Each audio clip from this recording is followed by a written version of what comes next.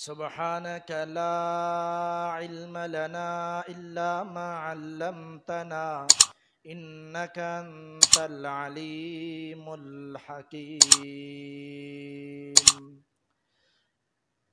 مختصر حمد و ثنا کے بعد معزز سامعین، برادران اسلام، واجب الاحترام دوستوں، بھائیوں، بزرگوں، بہنوں، اپنی بات شروع کرنے سے پہلے ایک اہم بات، ضروری بات یہ ہے کہ خطبہ جمعہ کے کچھ آداب ہوتے ہیں۔ ان آداب میں سے ایک ادب یہ بھی ہے کہ دوران جمعہ کسی سے سلام دعا نہیں کرنی۔ یہ ہوتا ہے کہ دیکھا جاتا ہے اکثر طور پر کچھ ساتھی آتے ہیں، اور خواتین کے اندر بھی یہ بات پائی جاتی ہے کہ خطبہ جاری ہوتا ہے، خطبہ چل رہا ہوتا ہے، اور جیسے ہی کوئی ساتھی اندر آتا ہے تو یا تو ہاتھ کے اشارے سے سلام کرتا ہے یا قریب میں بیٹھ کر ہاتھ ملا لیتا ہے۔ تو یہ خطبہ کے آداب کے خلاف ہے اور بہت ہی سنگین جرم ہے، جس کا مطلب کیا ہے کہ نبی صلی اللہ علیہ وسلم نے فرمایا جو بندہ اشارہ بھی کرتا ہے کسی کو تو اس کا سارا خطبے کا اجر ضائع ہو جاتا ہے۔ تو اس لیے اس میں احتیاط کیا کریں۔ اگر کوئی جاننے والا ساتھی ہے یا نہیں ہے تو خطبے کے بعد، نماز جمعہ کے بعد آپ مل سکتے ہیں، تو دوران خطبہ اس کام سے باز رہیں، تاکہ ایک دل جمی کے ساتھ ایک بندہ خطبہ سن رہا ہے تو اس کے ذہن میں بھی خلل پیدا نہ ہو اور خطبے کا ماحول بھی خراب نہ ہو۔ تو عزیز ساتھیوں، بہت سارے رمضان کے مسائل بھی ہیں، تو یقیناً ہر مسئلہ بندہ بیان نہیں کر سکتا جمعے میں۔ تو آج جس موضوع کا ہم نے انتخاب کیا ہے وہ یہ ہے کہ زکوٰۃ بہت زیادہ اہمیت کی حامل ہے۔ زکوٰۃ کی اہمیت، فرضیت اور نصاب، یہ ہمارا آج کا انشاءاللہ موضوع ہے۔ اللہ کی توفیق کے ساتھ جتنا اللہ تعالیٰ نے توفیق دی، آپ کے سامنے کتاب و سنت کی روشنی میں اس موضوع کو بیان کریں گے۔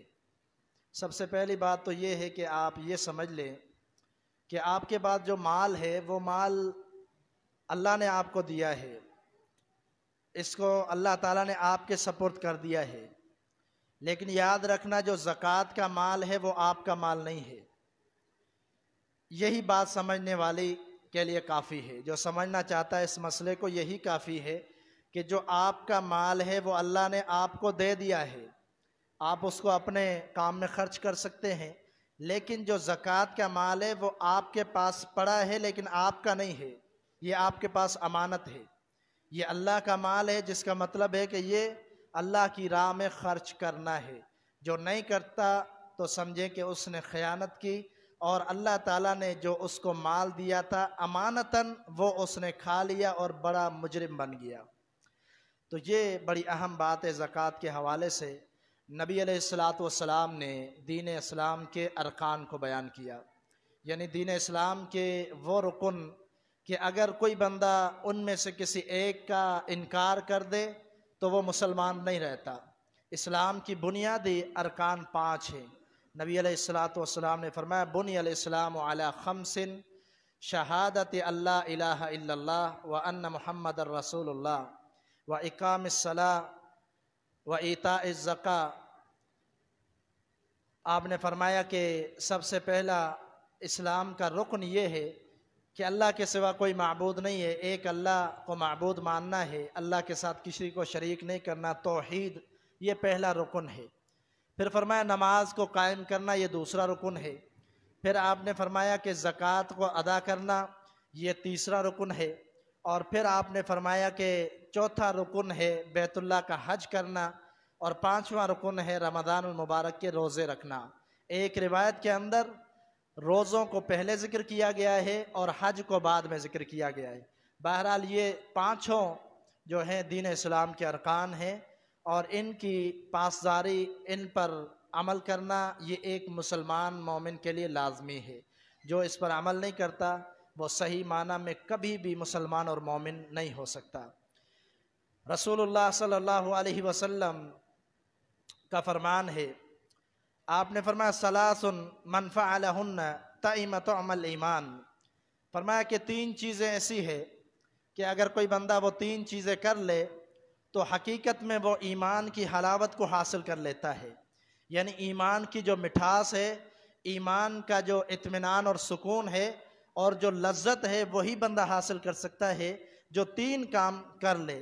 ایک کام من عبد اللہ وحدہ ولا الہ الا اللہ، جو بندہ اللہ تعالیٰ کی اکیلے کی عبادت کرتا ہے، اکیلے اللہ کی، اسی کو معبود سمجھتا ہے، سجدہ، رکوع، قیام، نظر و نیاز، ہر کام اللہ کے لیے خاص کرتا ہے.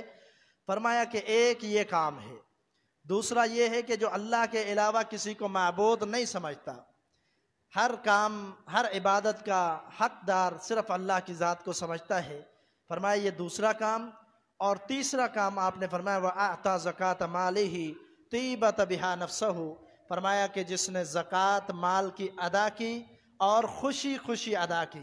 یہ 3 کام جو بندہ کر لیتا ہے تو اس نے گویا کہ ایمان کی حلاوت کو پا لیا، اور اس کے دل کے اندر ایمان کی جو لذت ہے اور اطمینان ہے وہ حاصل ہوگا. اگر یہ معاملات نہیں ہے تو وہ ہر وقت پریشان رہے گا. ایمان کا جو سکون ہوتا ہے، ایمان کی جو لذت ہوتی ہے، ایمان کی جو حلاوت ہوتی ہے، وہ حاصل نہیں کر سکتا. جس کا مطلب ایک یہ ہے کہ زکوٰۃ اگر بندہ اپنے مال سے ادا نہیں کرتا اور وہ کھا لیتا ہے تو سمجھے کہ اس نے اپنی زندگی کے اندر کھانے پینے میں حرام کو استعمال کیا.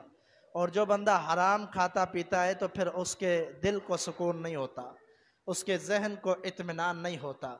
حرام سے منع کیا گیا ہے. جو حرام کھاتا پیتا ہے تو کبھی بھی اس کو اطمینان اور سکون حاصل نہیں ہو سکتا، کیونکہ اللہ تعالیٰ نے فرمایا یا ایھا الرسل کلوا من الطیبات، اے اللہ کے پیغمبروں، اے رسولوں کی جماعت، تم بھی اس رزق میں سے کھاؤ جو حلال رزق ہے.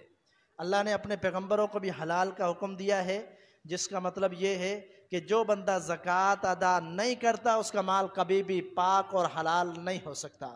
اللہ تعالیٰ فرماتا ہے خذ من اموالہم صدقۃ تطہرہم وتزکیہم، فرمایا کہ ان کے مال سے زکوٰۃ آپ لیجئے. نبی صلی اللہ علیہ وسلم کو حکم دیا کہ ان کے مال سے زکوٰۃ لیجئے. یہ زکوٰۃ ان کے نفسوں کو بھی پاک کرتی ہے اور ان کے مالوں کو بھی پاک کرتی ہے. یعنی اگر زکوٰۃ ادا نہ کریں تو ان کے نفس بھی کبھی گناہ سے پاک نہیں ہو سکتے، حرام سے پاک نہیں ہو سکتے، اور ان کے مال بھی کبھی حلال نہیں ہو سکتے جب تک وہ زکوٰۃ ادا نہیں کرتے. یہ اللہ تعالیٰ کا حکم پیارے پیغمبر محمد الرسول اللہ صلی اللہ علیہ وسلم کو ہے. اللہ تعالیٰ قرآن مجید میں کیا فرماتا ہے؟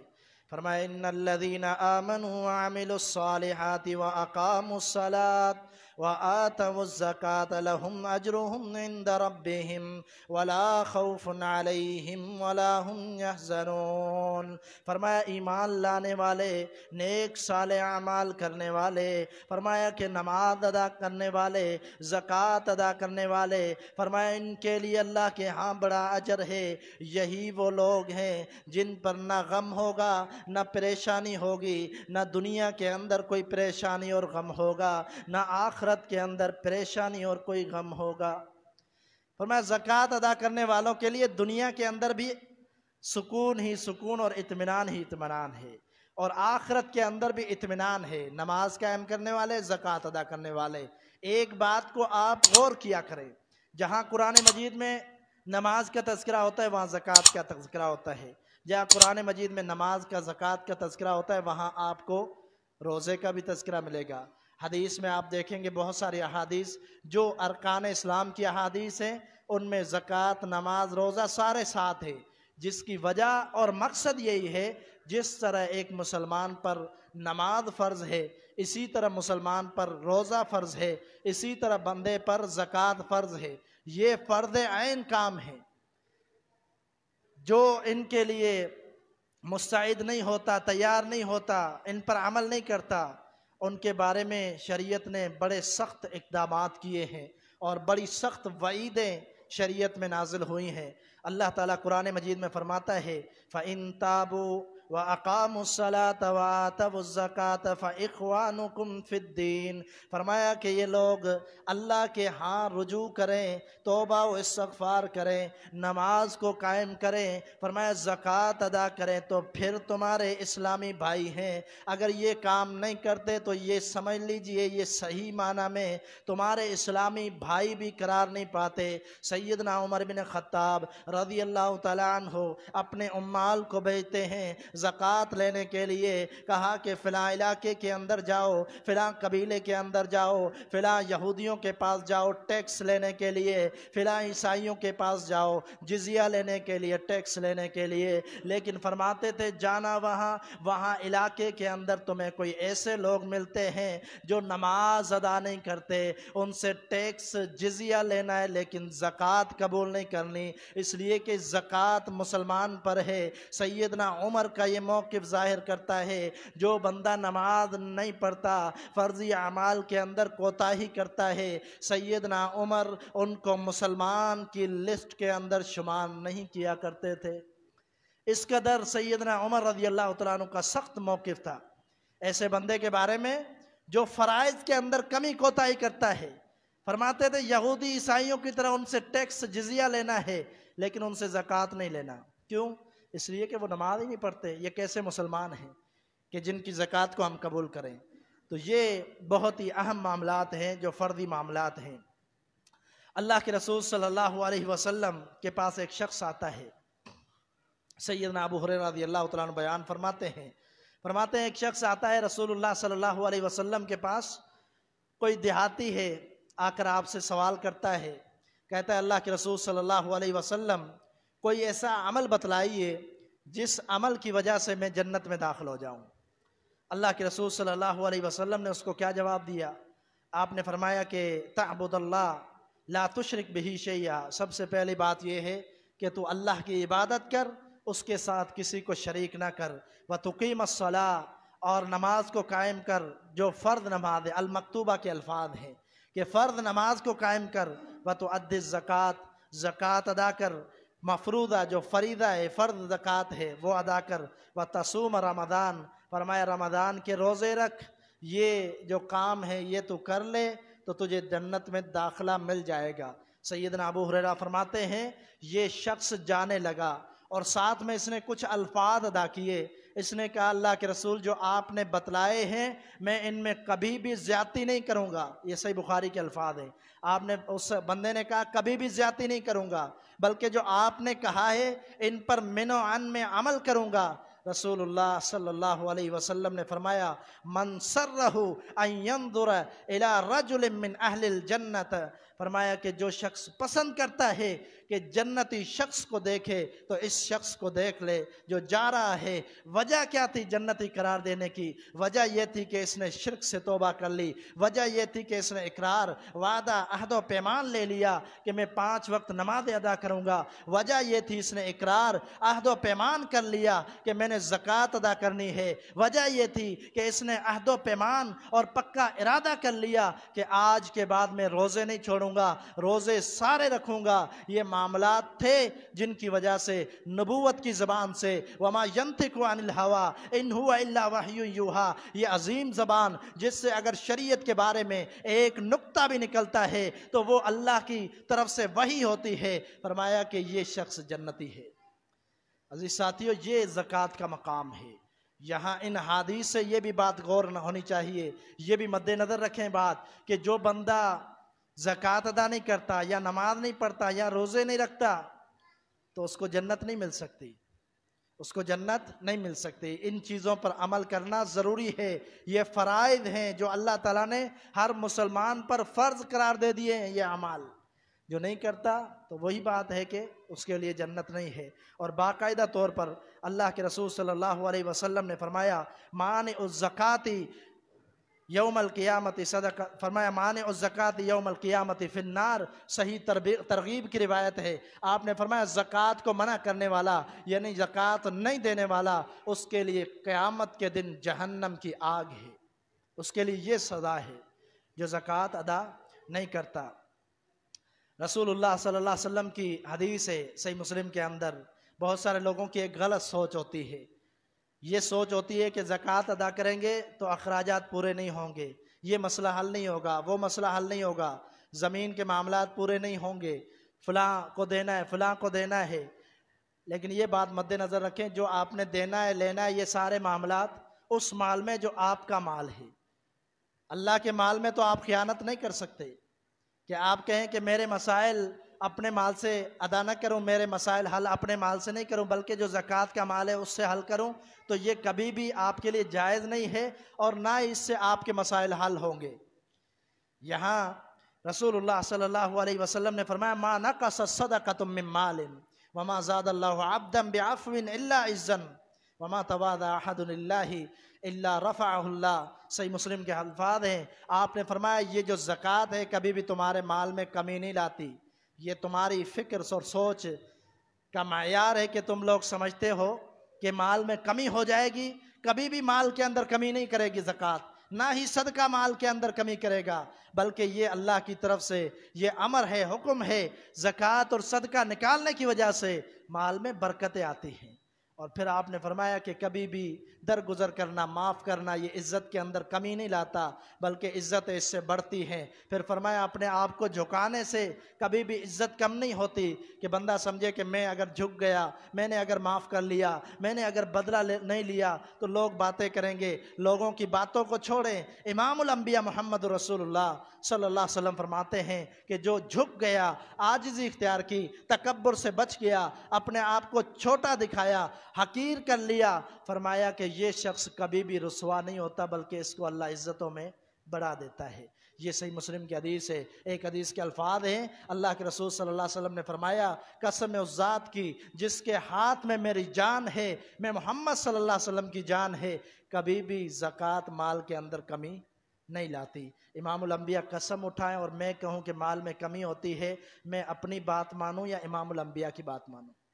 یقیناً بات وہی حقیقت ہے جو اللہ کے رسول صلی اللہ علیہ وسلم کی بات ہے، اور وہی اللہ کی وحی ہے۔ رسول اللہ صلی اللہ علیہ وسلم فرماتے ہیں ان ذل المؤمن یوم القیامت صدقتہ، فرمایا کہ قیامت کے دن محشر کے میدان میں بڑے لوگ پریشان ہوں گے، بڑے مشکل حالات میں ہوں گے، پسینوں میں ڈوب رہے ہوں گے، لیکن فرمایا جو صدقہ، جو زکوٰۃ اللہ کی راہ میں اپنے مال سے حصہ نکالتا رہا، فرمایا یہ کل قیامت کے دن چھتری کی مانند ہوگا، بادل کی مانند ہوگا، یہ محشر کے میدان کی سختی اور گرمی سے اس کو بچائے گا۔ یہ اس قدر فضیلت ہے زکوٰۃ اور صدقے کے مال کی۔ آپ علیہ السلام کا فرمان ہے، آپ نے فرمایا وَلَمْ يَمْنَعُ زَكَاةَ أَمْوَالِهِمْ إِلَّا مَنَعَ الْقَطْرُ مِنَ السَّمَاءِ وَلَوْلَا الْبَهَائِمُ لَمْ يُمْطَرْ ثُمَّ لَمْ يُمْطَرُ۔ فرمایا کہ یاد رکھنا کہ جو لوگ زکوٰۃ روکتے ہیں، زکوٰۃ نہیں ادا کرتے مال میں سے، فرمایا کہ ان لوگوں کا کیا معاملہ ہے، ان کی وجہ سے اللہ تعالیٰ آسمانوں سے بارش روک دیتا ہے۔ یہ جو زکوٰۃ ادا نہیں کرتے، ان کی وجہ سے اللہ تعالیٰ آسمان کی بارشوں کو روک دیتا ہے، قحط مسلط کر لیتا ہے، قومیں پریشان ہوتی ہیں، ملک پریشان ہوتے ہیں، حکمران پریشان ہوتے ہیں، وزراء پریشان ہوتے ہیں، علاقے کے معاشی حالات سیٹ نہیں ہوتے، درست نہیں ہوتے، معاملات درست نہیں ہوتے۔ وجہ یہ ہے اس علاقے والے، اس بستی والے، اس قریہ والے، اس گاؤں والے، اس ملک والے، اس بستی والے زکوٰۃ ادا نہیں کرتے۔ امام الانبیاء نے فرمایا، اللہ تعالیٰ فرماتا ہے وَلَوْلَا الْبَهَائِمُ، اگر زمین پر اللہ کے دوسری مخلوقات جانور نہ ہوتے تو اللہ ایک قطرہ بھی بارش کا نازل نہ کرتا۔ یہ ان کی وجہ سے تمہیں بارش دی جا رہی ہے۔ تمہارا حال کیا ہے، ہمارا حال کیا ہے کہ ہم زکوٰۃ ہی ادا نہیں کرتے۔ یہ دوسرے جانوروں کی وجہ سے ہمیں اللہ بارش دے رہا ہے، کیونکہ اللہ تعالیٰ ان کا بھی مالک اور خالق ہے، ان کو بھی اللہ رزق دینے والا ہے۔ وَمَا مِن دَابَّةٍ فِي الْأَرْضِ إِلَّا عَلَى اللَّهِ رِزْقُهَا وَيَعْلَمُ مُسْتَقَرَّهَا وَمُسْتَوْدَعَهَا۔ 12واں پارہ شروع ہوتا ہے، اللہ فرماتا ہے ہر ذی روح کی رزق کی ذمہ داری میرے اوپر ہے، میں نے ہر ذی روح کو رزق دینا ہے، تو یہ بھی ذی روح جانور ہیں۔ فرمایا اگر یہ نہ ہوتے تو اللہ بارش روک دیتا، اور بارش روک جاتی تو پھر کیا حال ہوتا، پھر کہاں سے یہ فصلیں اگتی، کہاں سے یہ فصلیں اگتی، اور پھر مسلمان اور باقی دیگر عوام کہاں سے کھاتی، جس کا مطلب یہ ہے کہ اللہ تعالیٰ عذاب نازل کر دیتا، قحط سالی ہو جاتی، لوگ مر جاتے۔ تو یہ نبی صلی اللہ علیہ وسلم کا سخت فرمان ہے۔ یہ ابن ماجہ کی حدیث ہے۔ رسول اللہ صلی اللہ علیہ وسلم کہ اور بھی بہت سارے روایات ہیں جن میں زکوٰۃ ادا کرنے والوں کے لیے فضائل ہیں اور جن میں نہ زکوٰۃ ادا کرنے والوں کے لیے وعیدات ہیں۔ مختصراً فضائل کی کچھ حدیثیں میں نے آپ کے سامنے رکھی۔ اب آتے ہیں اللہ کے رسول صلی اللہ علیہ وسلم کی وہ حدیثیں جن کے اندر وعید ہے، جن کے اندر سخت وعید ہے۔ ایک تو آپ نے ابھی حدیث سنی کہ اللہ تعالیٰ بارش بھی اسی لیے روکتا ہے، قحط سالی بھی اسی لیے آتی ہے کہ لوگ زکوٰۃ ادا نہیں کرتے۔ اب اللہ کے رسول صلی اللہ علیہ وسلم نے فرمایا وَلَمْ يُؤَدِّ زَكَاةَ مَالِهِ لَهُ مَالُهُ يَوْمَ الْقِيَامَةِ شُجَاعًا أَقْرَأَ لَهُ زَبِيبَتَانِ، فرمایا کہ يُطَوَّقُهُ يَوْمَ الْقِيَامَةِ کہ کل قیامت کے دن ایسا بندہ جو زکوٰۃ ادا نہیں کرتا تھا، مال سے کھاتا رہتا تھا، کوئی پرواہ نہیں کرتا تھا، فرمایا کل قیامت کے دن آئے گا، اس کا مال اللہ تعالیٰ ایک اس کو شکل دے گا۔ اس کی شکل کیا ہوگی؟ فرمایا کہ بہت زیادہ زہریلا سانپ، جو گنجا سانپ ہوتا ہے، یہ الفاظ حدیث کے اندر، یعنی بہت زیادہ زہریلا سانپ ایسی شکل اس کے مال کو دے دے گا۔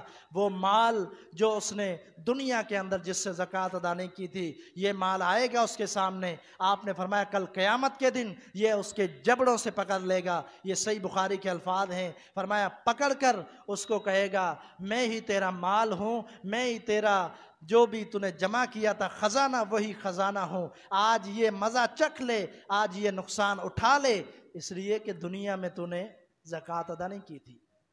یہ مال اس کا اللہ تعالیٰ کل قیامت کے دن اس کے گلے میں سانپ کی صورت میں توق ڈال دے گا، جو اس کو بار بار ڈستا رہے گا، اس کے جبڑوں سے پکڑتا رہے گا بار بار۔ کیا بندے کی کیفیت ہوگی؟ ذرا غور کیا کریں اکیلے میں بیٹھ کے۔ یہ وعیدیں بڑی سخت وعیدیں ہیں، یہ سنی انسنی کرنے کی باتیں نہیں ہیں، بلکہ اکیلے میں بیٹھ کر غور کیا کریں۔ دنیا کی ایک معمولی سی جو سانپ کی کیفیت ہے، اس سے بندہ کتنا ڈرتا ہے، کتنی کیفیت بندے کی خراب ہو جاتی ہے۔ دیکھتا ہے ہوش خطا ہو جاتے ہیں، بندے کے رونگٹے کھڑے ہو جاتے ہیں اور مارنے کے پیدر پہ پڑ جاتا ہے یا بھاگتا ہے، اپنے آپ کو بچاتا ہے۔ یہ دنیا کا سانپ ہے، اور جو آخرت میں اللہ تعالیٰ نے سانپ تیار کیا ہوا ہے، جس کو تخلیق کیا ہوا ہے، اس کا ڈسنا کتنا خطرناک ہوگا، اس کا زہر کتنا خطرناک ہوگا۔ یہ تصور کیا کریں، سوچا کریں کہ یہ عارضی زندگی گزر جائے گی، زکوٰۃ کا مال ادا نہیں کریں گے تو پھر آگے انجام کیا ہوگا۔ رسول اللہ صلی اللہ علیہ وسلم نے فرمایا کہ جو لوگ اونٹوں کی زکوٰۃ ادا نہیں کرتے، جو لوگ اونٹوں کی زکوٰۃ ادا نہیں کرتے، ان کا معاملہ کل قیامت کے دن کیا ہوگا؟ فرمایا کل قیامت کے دن ان کا معاملہ یہ ہوگا کہ اللہ تعالیٰ ان کو چت لٹا دے گا، حشر کے میدان میں سیدھے وہ لیٹے رہیں گے۔ جتنے اس کے اونٹوں کے دستے تھے، اللہ ان کو حکم دے گا ایک بھی دستہ کم نہیں ہوگا، ایک بھی اونٹ کم نہیں ہوگا۔ اللہ اس کی زندگی کے جتنے بھی اونٹ اس کی ملکیت تھی، ان کو اس وقت لائے گا محشر کے میدان میں، وہ اس کو اپنے پاؤں کے تلے رونتے رہیں گے، اور فرمایا کہ اس اپنے جبڑوں سے، اپنے دانتوں سے اس کو نوچتے رہیں گے۔ اور یہ کب تک جاری رہے گا؟ 50,000 سال کا ایک دن ہوگا۔ نبی علیہ السلام نے فرمایا جب تک یہ فیصلہ نہیں ہو جاتا کہ اس کا ٹھکانہ جنت ہے، اس کا ٹھکانہ جہنم ہے، اس وقت تک ان لوگوں کے ساتھ یہی معاملہ ہوتا رہے گا۔ اونٹ اس کو لتاڑتے رہیں گے اور کاٹتے رہیں گے، اتنی سخت ترین سزا۔ اور پھر رسول اللہ صلی اللہ علیہ وسلم نے فرمایا جو گائیں اس کی زکوٰۃ ادا نہیں کرتا، یہ مال اس کے پاس ہے، زکوٰۃ ادا نہیں کرتا، فرمایا ان کے ساتھ بھی یہی معاملہ ہوگا، وہ اپنے کھروں کے ساتھ اس کو نوچتے رہیں گے، چلتے رہیں گے اس کے اوپر، اور کھر مار مار کر اس کو زخمی کرتے رہیں گے۔ یہ اللہ کے رسول صلی اللہ علیہ وسلم نے سخت سزا اس شخص کی سنائی جو مال کے اندر زکوٰۃ ادا نہیں کرتے۔ اللہ کے رسول صلی اللہ علیہ وسلم کا یہ فرمانا، اور اللہ تعالیٰ کا قرآن کیا فرماتا ہے؟